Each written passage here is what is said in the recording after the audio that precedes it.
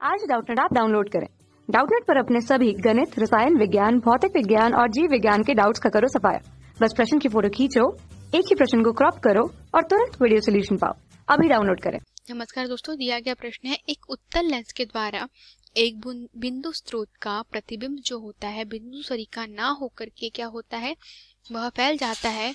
तो इसके जो संभावित कारण है वह क्या क्या हो सकते हैं।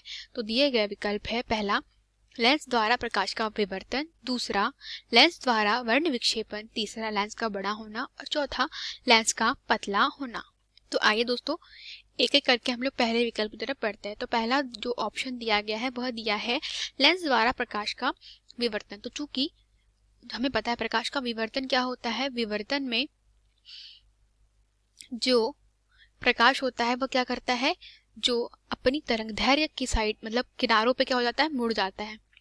ठीक है, किनारों पे मुड़ जाता है जब वो किसी अवरोध से टकराएगा। तो अगर बात करें हम लोग यह किसी उत्तल लेंस की, ठीक है, इसके सापेक्ष कोई बिंदु वस्तु रखी हुई है, तो जब भी प्रकाश क्या होगा, यह बिंदु जो वस्तु है मान लीजिए कि बहुत छोटी है, काफी छोटी है, मतलब बहुत ही छोटी है, और इसकी जो मतलब मान लीजिए कि इतनी छोटी है कि वह किसका प्रकाश की तरंगदैर्घ्य की कोटि है।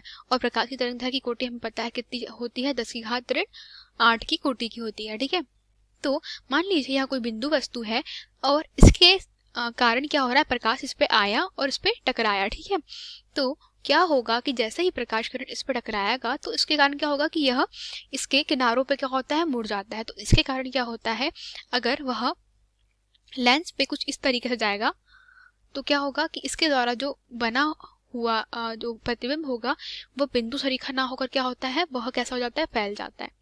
ठीक है, तो हम लोग कह सकते हैं कि जो पहला विकल्प है कि लेंस द्वारा प्रकाश का विवर्तन होता है, तो यह क्या है, सत्य है। दूसरा है लेंस द्वारा वर्ण विक्षेपण। तो जो प्रकाश होता है हमें पता है वह अगर दृश्य प्रकाश की बात करें तो वह कितना, उसकी जो कोटि होती है वह 4000 एंगस्ट्रॉम से लेकर के किसके मध्य होती है, 8000 एंगस्ट्रॉम के मध्य होती है।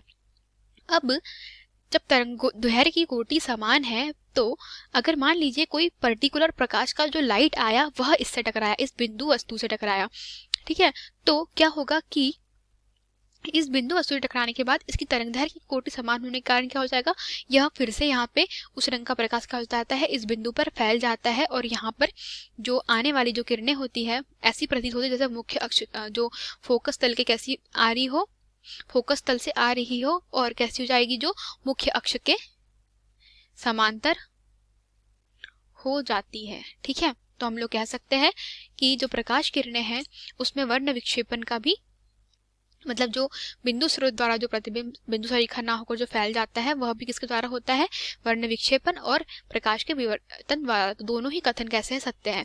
तीसरा है लेंस का बड़ा होना। जी, यह भी बहुत आवश्यक होता है।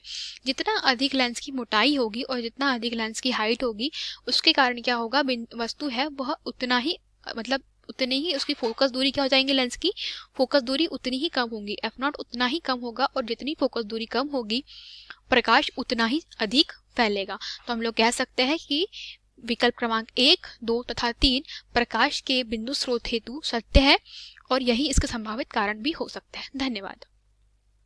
कक्षा 6 से 12वीं से लेकर नीट, IIT, JEE वो एडवांस के लेवल तक 1 करोड़ से ज्यादा छात्रों का भरोसा। आज ही डाउनलोड करें डाउटनेट ऐप या व्हाट्सएप करें अपने सारे डाउट्स 8400 400 400 पर।